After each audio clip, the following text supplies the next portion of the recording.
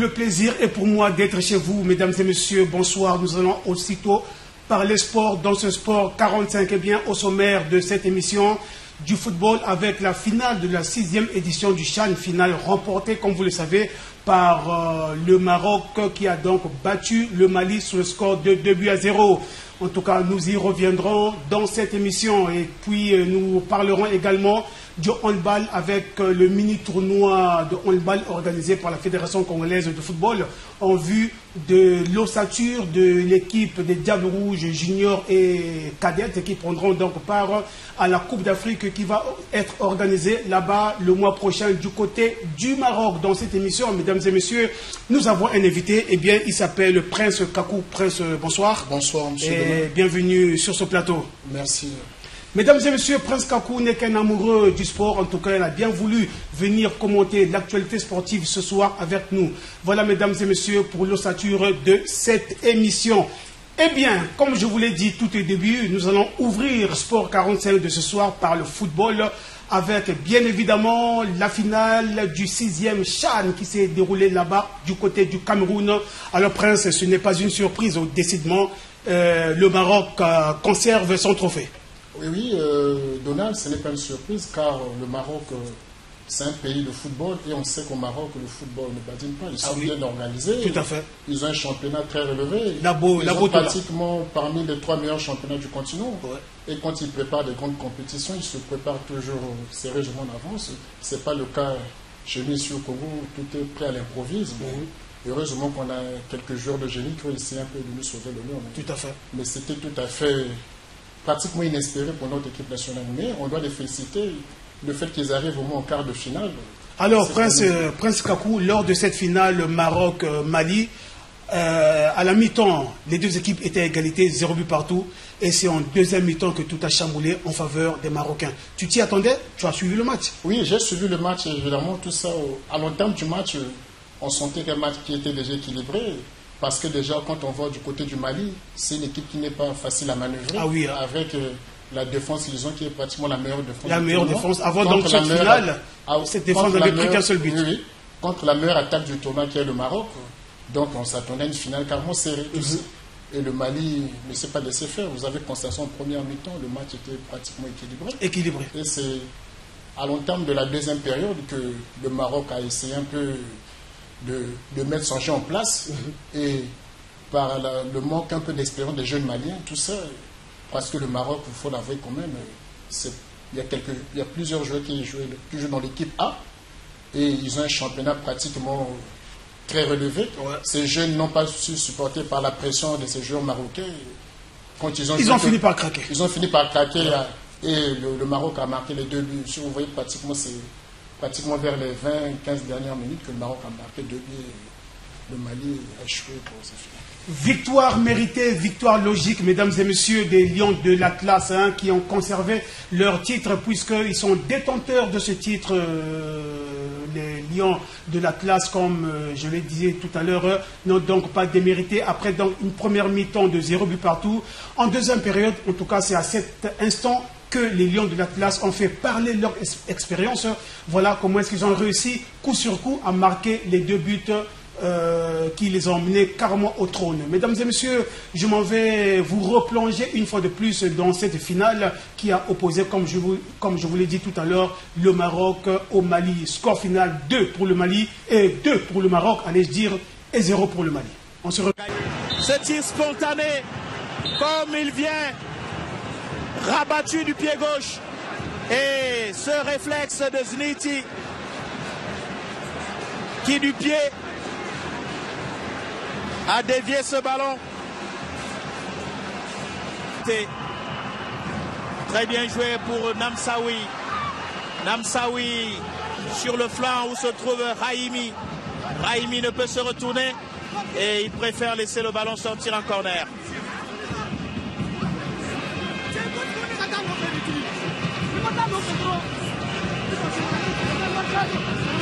Corner pour les Marocains.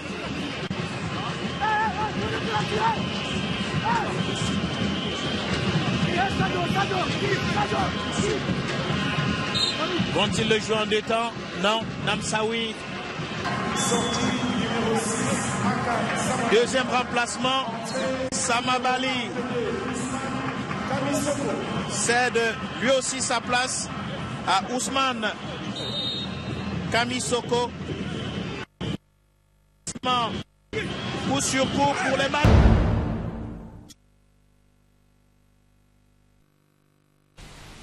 Voilà, mesdames et messieurs, j'espère que cette victoire des Lions de l'Atlas a énormément fait plaisir à nos téléspectateurs. Hein.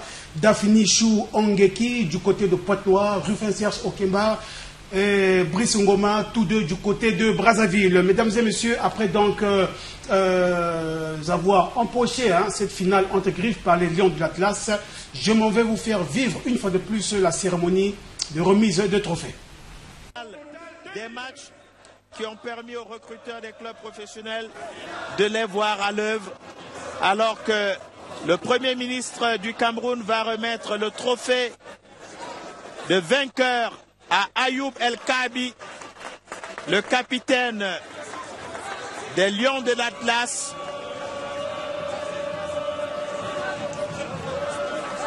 Vainqueur de cette 6e édition du championnat d'Afrique des Nations de football Total Cameroun 2020. Bravo les champions, vous le méritez.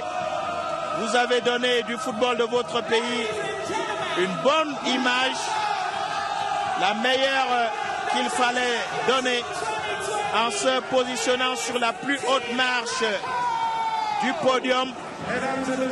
Et il va sans dire que plusieurs joueurs de ce 6e CHAN vont figurer en bonne place dans le mercato, les mercatos à suivre. Les Rahimi, Morlaï Sila, Moussa Balo, Yakuba Barignagna ou encore Ushindi figureront très bientôt sur les listes des transferts vers l'Europe, l'Asie ou l'Amérique. Ainsi s'achève la belle fête de ce CHAN au Cameroun. Vive les champions marocains. Rendez-vous dans 2 ans ou dans un, puisque le drapeau des Jeux a été transféré à l'Algérie qui accueillera le 6e CHAN. Eh bien, la petite finale de cette 6e édition du CHAN, mesdames et messieurs, a été remportée par la Guinée qui a eu raison du pays hôte, le Cameroun, après une partie âprement disputée. Eh bien, les Guinéens se sont imposés sur le score de 2-0. Prince Kakou, victoire méritée des Guinéens? Oui, je pense que la victoire est bien méritée pour le Guinée. Le Séné national, comme on l'appelle, est une équipe bien organisée, surtout techniquement. Et ce pays a toujours joué du beau football depuis toujours. Mais là, c'est le couronnement de tout un travail de longue haleine. Ah oui, oui. Depuis quelques années, on sentait le Séné, le niveau ne faisait qu'être relevé. Donc là, ce n'est que l'accomplissement de tout un travail qui est récompensé. On n'est pas surpris pour la 3e place de la Guinée. On n'est pas surpris. Parce qu'ils sont bien organisés aussi également. Le pays hôte qui prend 6 buts en 2 matchs? Oui, bien évidemment, le Cameroun, en tout cas... D'abord contre le Maroc, oui. Lors des quarts de finale, oui. Et ensuite lors de la petite finale. Bien sûr, le Cameroun, en tout cas, on est un peu dessus du Cameroun, malgré sa place en demi-finale. Bon, on peut dire que c'est carrément... c'est une extrémiste que le Cameroun est arrivé, qu'il est arrivé pratiquement en demi-finale, parce que vu son football, on a vu la compétition, le football qu'a produit le Cameroun. Ça laisse à désirer, en tout cas, n'eût été quelques individualités de l'équipe nationale du Cameroun. Le Cameroun serait peut-être resté même au premier tour. Bon, on sait avec tout ce qui s'est passé contre la RDC, tout ça. Mais si je pense que si la RDC avait sa psychologie en place et il n'y avait pas toutes ces histoires de corona qui s'est déroulé, je pense que la RDC pouvait bien battre le Cameroun, vu le jeu de la RDC du Cameroun. Oui. Il n'y a pas match, en tout cas, on voyait carrément la RDC était supérieure par rapport au Cameroun.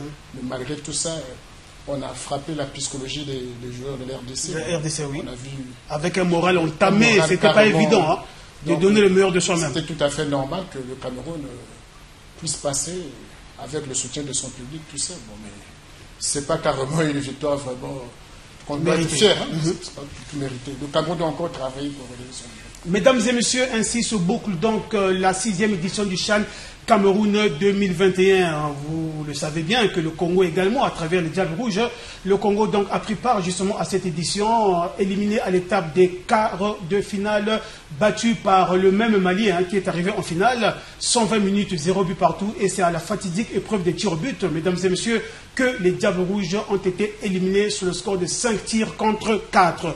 De retour au Bercail, mesdames et messieurs, la délégation congolaise a été reçue par le ministre des Sports, Hugo Ngwelo-Dele.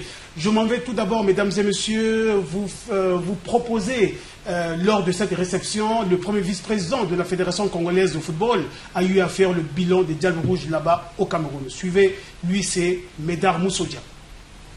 Notre équipe de football A', donc les Diables Rouges B, a participé au Cameroun au championnat africain des nations, Cameroun 2021.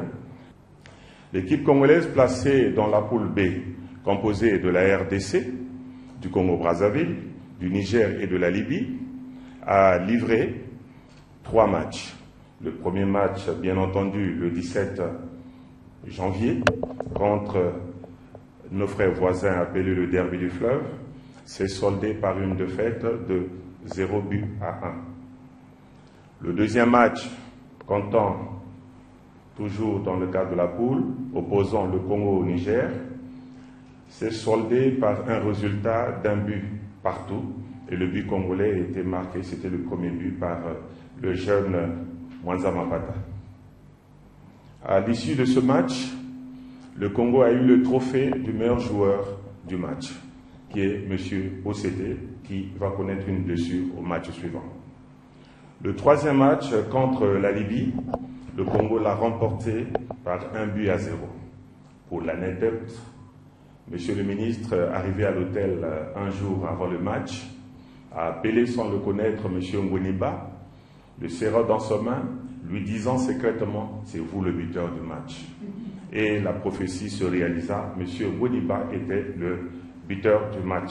Placé deuxième derrière la RDC qui comptait 7 points, notre Congo comptant 4 points, selon les règles établies dans la compétition, le premier de la poule A devait rencontrer le deuxième de la poule B. Il s'agissait à cet effet l'équipe du Mali qui était placée première de la poule A. Nous avons livré le match contre le Mali après 120 minutes, le score étant toujours de 0-0, et nous sommes tombés au tir fatidique de tir au but, battus 4-5. À l'issue de la compétition, Monsieur le ministre, il est à noter que les Diables Rouges du Congo sont placés parmi les 8 meilleures nations africaines. C'est ce que nous allons retenir. Et même quand on les classe, les 8 meilleures nations, nous sommes 5e au regard des résultats que nous avons connus en fonction des quarts de finale qui se sont joués.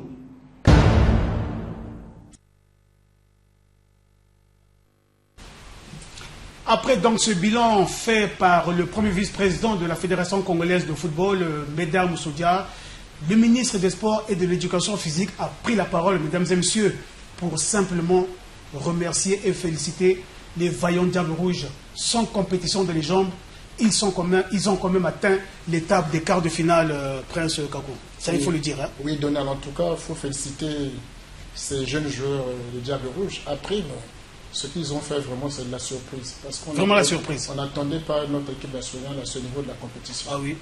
Bon, ce n'est pas vraiment un travail bien fait. Hein. Ils ne se sont pas bien préparés par rapport aux autres équipes. Bon, avec les moyens de bord. Ça veut dire que si seulement ils partaient à cette compétition avec les championnats dans les jambes, ils pouvaient atteindre, pourquoi pas la finale. Oui, évidemment. Tout à fait. C'est des jeunes qui ont du talent. Tu vois bien, même le jeu qu'ils ont produit, à l'exception peut-être du premier match. Il y avait le stress, tout ça, contre la RDC. L'expérience, voilà. Ça, et lorsqu'ils sont rentrés dans le bain, quand ils sont rentrés dans le bain, la deuxième période, l'équipe n'a pas démérité. Il a essayé de produire le football.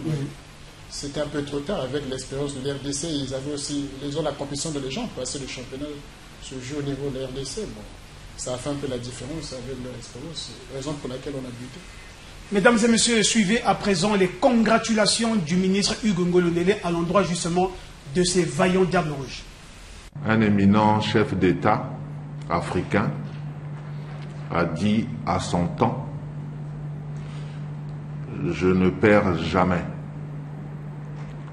où je gagne, où j'apprends. Et je voudrais que ce soit pour nous aujourd'hui le dictant de ces jeunes braves Congolais qui, en réalité, n'ont pas perdu. Ils n'ont peut-être pas gagné, mais nous allons tous tirer les leçons de ce passage au Cameroun. Parce que, en réalité, il y a eu progrès. Et quand il y a progrès, ça mérite les félicitations par ma voix du chef de l'État et du chef du gouvernement, donc de tout le gouvernement, y compris le ministre des Sports qui vous parle. Félicitations à vous les jeunes, parce que je suis resté présent au premier match contre la RDC et au match contre le Niger, je n'étais pas là, j'ai suivi à la télé ici à Brazzaville et je suis revenu pour le match contre la Libye et le dernier match. Un seul mot, félicitations. Félicitations à vous, félicitations à l'équipe technique, particulièrement au coach Ngatsono, qui a donné toute son énergie pour arriver à ces résultats. Et félicitations à la FECOFOOT. Félicitations au président de la FECOFOOT qui est le manager principal. Et sans oublier les doyens qui ont soutenu durant ce séjour des braves joueurs à Yaoundé et à Douala.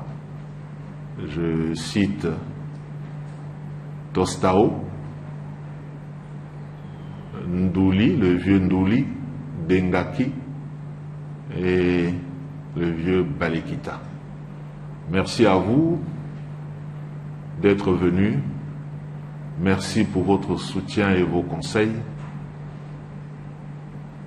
Vous avez participé de beaucoup à la réussite de notre équipe nationale. Mais comme on dit que même la plus longue marche ne commence que par le premier pas. Nous avons fait le premier pas de cette longue marche, mais il nous faut dès maintenant nous préparer pour les combats futurs. Le CHAN 2022 doit se préparer dès maintenant. Avec cette équipe qu'il faudra consolider, parce que, à notre entendement, c'est une bonne équipe. Et donc, notre devoir à nous, ce sera de les garder ensemble et de les encourager à faire plus et peut-être avoir d'autres qui pourront venir pour soutenir l'équipe.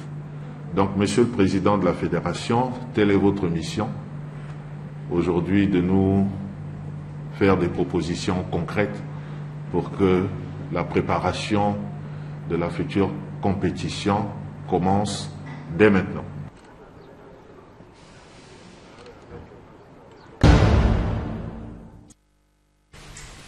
Eh bien, Prince Kakou, dans son speech de circonstance, le ministre Hugo Ngolondele a demandé au président de la Fédération congolaise de football déjà de mettre en chantier l'équipe nationale pour préparer justement la prochaine édition du CHAN qui pourrait se dérouler soit au Maroc, soit en Algérie. Eh bien, qui veut aller loin maintenant, sa monture. Bien sûr, si on veut gagner demain, il faut commencer la préparation dès aujourd'hui. Bien sûr, demain, l'équipe nationale, il doit d'abord tirer les leçons de leur élimination lors de cette CHAN. Donc, le ministre a bien raison, l'équipe doit se mettre déjà en chantier dès maintenant, s'il va aller loin. Parce que l'improvisation... ça paye cash. Ça paye cash. Ça ne veut pas dire qu'à chaque fois, on pourra faire la surprise telle qu'on l'a fait là pour arriver en quart de finale. Les autres se préparent sérieusement, au moins 1 année, 2 ans en avance. Donc là, on doit déjà se mettre en chantier afin d'avoir les résultats. Sinon, ça ne sert pas. Tel que nous avions vu la Guinée et le Mali, ce n'est pas d'un bon matin qu'ils se sont réveillés et voilà les résultats. C'est un travail de longue haleine. Mais bien sûr, Donald, quand on voit bien, par exemple, l'équipe du Mali, ce sont les joueurs qui ont d'abord commencé au niveau des équipes de catégorie d'âge, moins de 17 ans, moins de 19 ans, jusqu'à ce qu'ils arrivent à ce niveau-là. Ils ont joué des grands tournois, tels que les tournois de Coupe d'Afrique junior, Coupe du Monde junior. Et après, ils ont mûri. Ces joueurs-là, on les a fait monter en équipe après. Donc, ce n'est pas étonnant qu'ils arrivent à ce niveau-là. Déjà, ils ont joué à la finale il y a 2 ans de cela. Là, ils arrivent encore en finale. Ne seront pas surpris qu'ils puissent remporter à la prochaine édition. À la prochaine édition. Tout est possible. Ah oui. Il faut simplement travailler. C'est le travail. Mesdames et messieurs, après donc cette réception, il y a eu l'apéritif. Mais... Moi, personnellement, je suis un peu déçu parce que ce n'est pas ce que j'attendais. Vu le statut que nous avions, je souhaitais qu'on franchisse le palier. C'est-à-dire, on joue les demi-finales, mais malheureusement, ça ne s'est pas réalisé. Je crois que le reste à faire, c'est de repartir dans nos clubs et travailler au maximum pour être encore à niveau. Effectivement, cette fois-ci, nous allons beaucoup travailler et nous souhaiterons aussi que l'organisation, la préparation soit bonne, que le meilleur plus que cette année-là, comme ça pourra nous aider à arriver à nos objectifs.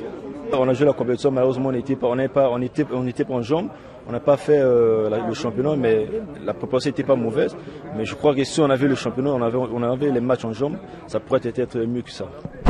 Premièrement, nos objectifs, c'était de dépasser les quarts de finale parce que ça faisait 2 fois on était éliminé en quart de finale.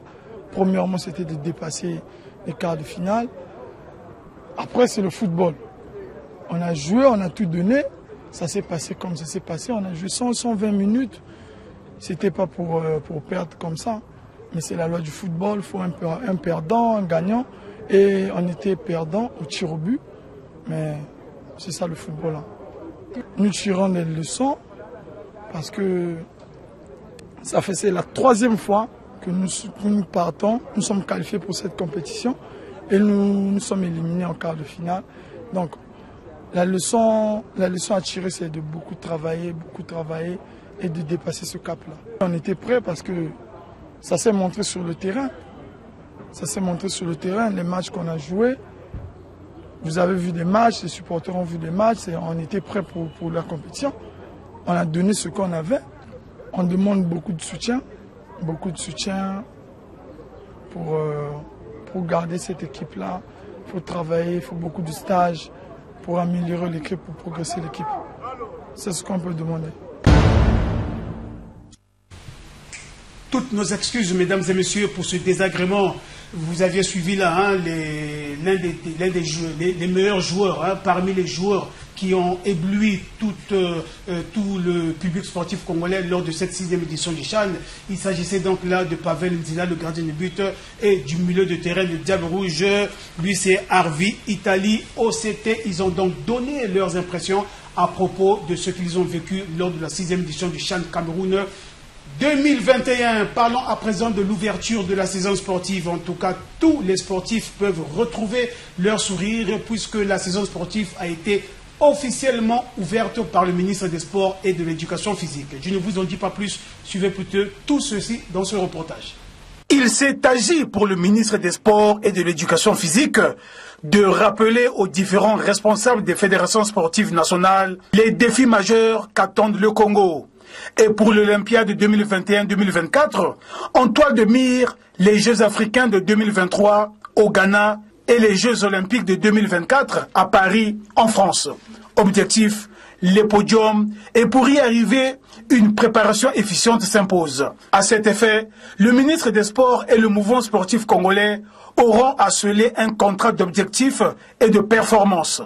L'Olympiade 2021-2024 sera caractérisé par un partenariat stratégique entre le ministère en charge des sports et le mouvement sportif. Dans ce cadre, des contrats d'objectifs et de performance seront signés entre le ministère et les fédérations sportives nationales. Le contrat d'objectifs et de performance est la traduction opérationnelle et financière d'une politique sportive partenariale visant les objectifs à atteindre basés sur des engagements réciproques et évalués chaque année. Mais bien avant l'ouverture officielle de la saison sportive 2020-2021 par Hugues Ngouélondélé, l'assistance a eu droit à 2 allocutions. Celle du premier vice-président du Comité national olympique et sportif congolais qui est revenu sur le bilan de l'Olympiade 2017-2020. La seconde allocution, celle du Comité national paralympique congolais. Ici, des remerciements ont été adressés au ministre des Sports pour son implication personnelle et son accompagnement pour leur participation aux différentes compétitions continentales. Avec l'ouverture de cette saison sportive, les sportifs peuvent désormais sécher leurs larmes. Mais, attention, afin d'éviter que la pratique du sport soit un canal de contamination de la Covid-19, Hugues Ngouélondélé a demandé aux fédérations sportives nationales de faire respecter les mesures édictées par la coordination nationale de gestion de la pandémie et les protocoles sanitaires des confédérations africaines et fédérations internationales d'affiliation. Au terme de l'ouverture de cette saison sportive, mesdames et messieurs, nous avons glané quelques réactions. Suivez à présent les réactions du président de la Fédération congolaise de Kempo, lui c'est Pichou Lebela, ainsi que la réaction de Simon Ibovi, président du comité paralympique congolais. Bon, déjà c'est le lancement d'une nouvelle Olympiade et excepté cela, le lancement de la saison sportive 2020-2021. Et le ministre nous a donné les directives et toute la fédération devait être sur le terrain, question d'exécuter leur programme d'activité tout en tenant compte des mesures barrières de la Commission nationale de la gestion de Covid. Nous sommes totalement prêts parce que le programme d'activité avait été déjà validé et on n'attendait plus que le top du côté du ministère des Sports et c'est aujourd'hui que cet acte venait d'être réalisé et nous sommes convaincus que nous aurons à exécuter notre programme d'activité sans ambiguïté. Tel que nous avons suivi son Excellence Monsieur le Ministre, il est en train de mettre l'accent sur l'Olympiade 2021 et 2024. Pourquoi? Vous savez qu'on ne va pas à une compétition pour au fait donner les médailles aux autres. On va à une compétition pour la gagner. Donc monsieur le ministre est en train d'attirer notre attention pour que la préparation commence déjà. Qu'on n'attende pas les compétitions pour démarrer les entraînements. On devait déjà le faire maintenant pour qu'on soit performant pendant l'Olympiade 2021-2024.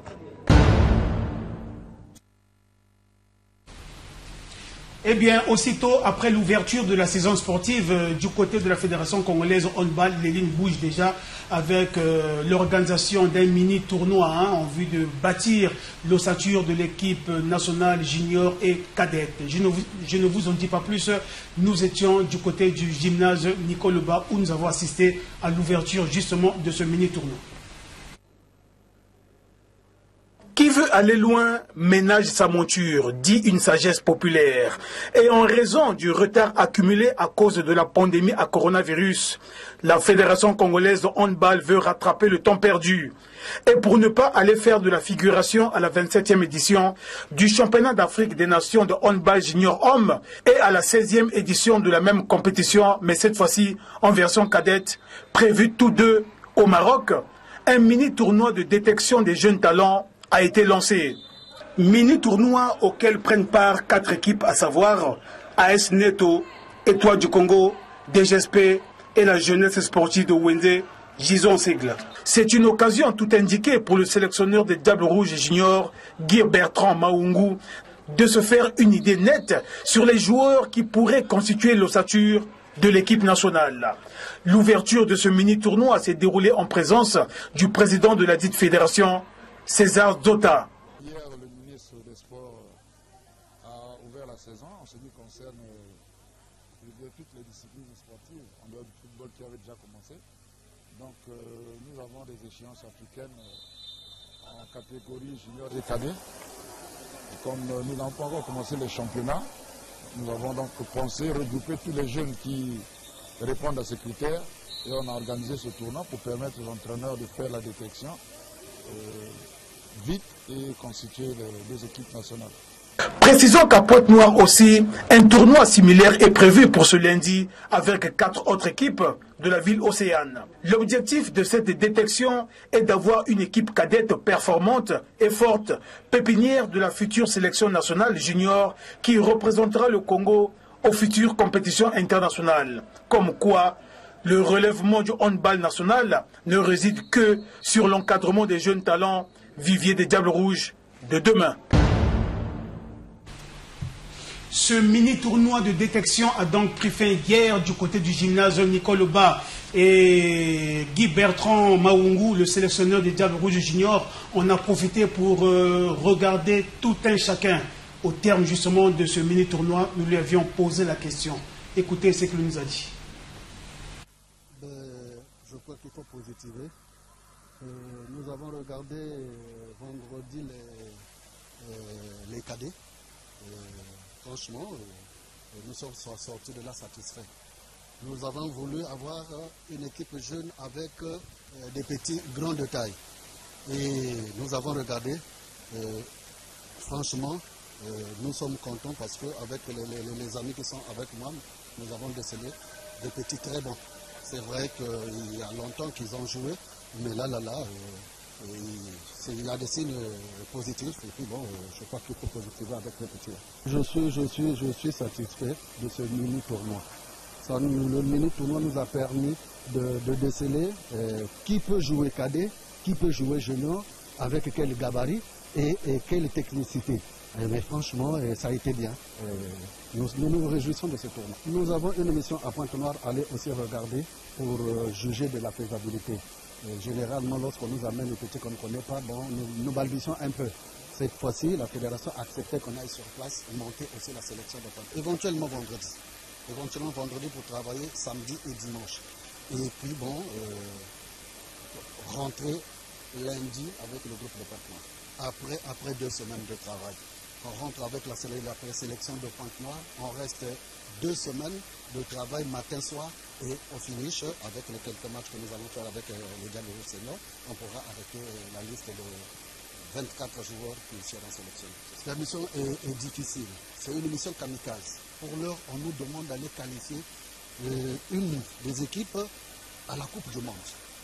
Il y en a 6 places en junior et 4 en cadet. Donc voilà, il nous faut travailler d'arrache-pied pour décrocher une qualification. Avant de boucler cette émission, mesdames et messieurs, nous allons très rapidement vous donner quelques résultats de la 3e journée du championnat national de football. Eh bien, FC Konzo a été battu par l'AS Auto 0-2, c'était hier. Et à Dolisie, l'AS Léopard a eu raison de la jeunesse sportive de Talangaï sur le score d'1-0. À Pointe-Noire, V-Club et Racing Club de Brazzaville se sont séparés sur un score vierge de 0 but partout. Et cette 3e journée s'est donc poursuivie ici à Brazzaville cet après-midi au stade Alphonse Massomba Débat. Le derby Diable Noir Cara a finalement souri aux Diabletins qui se sont imposés sur un score étriqué d'1-0. Pendant ce temps, du côté de Pointe-Noire, Nico a été battu par l'Étoile du Congo sur le score de 1-2 et le match Natalis AS Cheminot s'est soldé sur un score nul vierge, 0 but partout. Merci donc à Prince Kakou qui était notre invité de ce soir. Merci donc d'être venu sur ce plateau pour justement apporter ton analyse sur l'actualité sportive, notamment le CHAN. Mesdames et messieurs, merci à Evra Kengouya du côté de la régie. Quant à moi, je vous dis au revoir et bonne suite de programme sur la chaîne du bassin du Congo, la DRTV internationale. Au revoir.